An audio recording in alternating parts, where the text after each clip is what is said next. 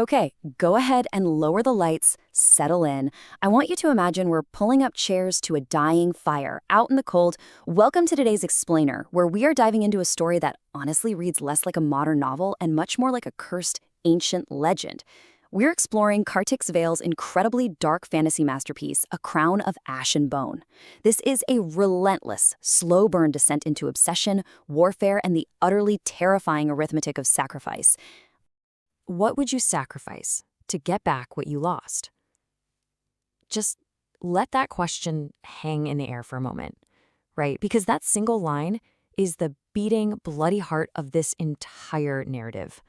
Today, we are going to follow a protagonist who is pushed completely to the absolute edge of human grief, and we're going to watch as she's forced, against all odds, to answer it. Picture this. Our tragedy begins right here, standing on the burning, shattered ramparts of Ashenmere. Meet General Isern Blackhollow. She has spent 15 grueling, brutal years fighting a war she is actively losing. And right now, she's watching city walls that have stood for 4 centuries crumble like wet paper. But here's the catch. It's not a human army breaching those gates. It is an endless, nightmare tide of undead siege beasts pouring out of the Underrealm. Her husband? Dead. Her young daughter? Dead. She has absolutely nothing left to lose. Which brings us to Section 1, a city turned to ash. Because, as you'll see, the fall of Ashenmere isn't just a military defeat. It's actually the opening move in a massive cosmic conflict. See, the true antagonist of this legend isn't some generic dark lord or an evil empire. It's the Void. For millennia, a mystical veil has separated the mortal world from the Underrealm. But that veil is failing, and this Void, it isn't just empty space. It is an active, starving presence of pure non-existence. If that veil drops, it won't just destroy both realms, it will dissolve them into absolute nothingness. So the end of the world is a factual certainty here. This isn't a drill. Without unimaginable, world-altering intervention, every single soul in both realms will just cease to be. It's this massive ticking clock, setting the stage for arguably the most desperate bargain ever struck in fantasy. Let's get into Section 2, the Hollow King's Bargain. Enter the architect of our tragedy, Orinthus. He is the immortal Hollow King of the Underrealm, and he presents Isarn with a horrifying, frankly unthinkable math. To make his point, he places her dead, beautifully resurrected 6-year-old daughter right into her arms. The deal is this. If Isarn commands his undead hollow host against her own world, forcing the 2 realms to merge so they can survive the Void, she gets to keep her family. But the price?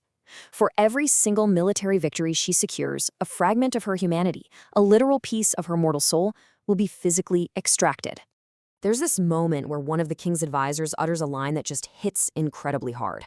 They say, "You are stripping a mortal woman of her humanity, piece by piece, and calling it balance." It's chilling. Orinthus is completely weaponizing Isarn's unfathomable grief. She knows she's signing her soul away, but she's feeling the warmth of her living child in her lap. It's an impossible choice, so of course she accepts. Let's move to Section 3, the currency of grief. We are basically watching the piecemeal extraction of a human being, and the erosion is just relentless. It's like a drumbeat. First victory, her ability to dream is violently ripped away. Second victory, she completely loses her sense of taste. Third victory, her dark, gallows humor vanishes. Then it gets so much darker.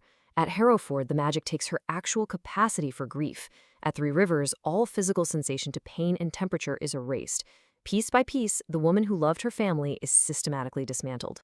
And all of this culminates in these moments of profound, chilling emptiness. There's a scene where Isern is standing before the broken bodies of fallen children in a ruined city. She knows the exact shape grief should take in her chest. She remembers what it used to feel like. But now, there is nothing. The capacity to mourn has been entirely erased. Her eyes just remain bone dry. Which brings us to the terrible, crushing irony of the whole story. The bargain was working. By stripping away her empathy, her grief, her fear, the magic was carving Isern into the perfectly efficient, ruthless, unfeeling general that the Hollow King required to conquer the world. Her absolute destruction was the secret to her success. Section 4, Love in the Underrealm. Because amidst all this ash and ruin, something else is happening. A completely forbidden, deeply complex dynamic takes root. As Isern feels her humanity slipping away, she becomes totally desperate just to feel anything.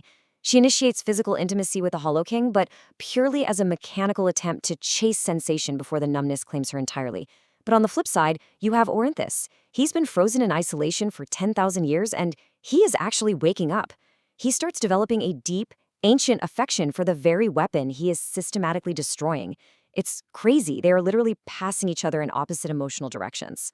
And this leads to Izarn realizing the ultimate cruelty of her bargain. She says it outright. I am exactly what the bargain designed me to be, a general with no feelings, the perfect weapon.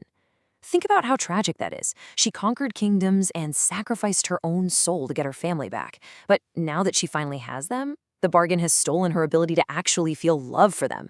She looks at her husband and her child and feels completely, utterly hollow. Section 5. The final fragment. The tension here is unbearable. The veil is finally collapsing. The void is right at the door. So to permanently merge the realms and lock out the void for good, the ultimate payment is required. The dreaded 10th extraction.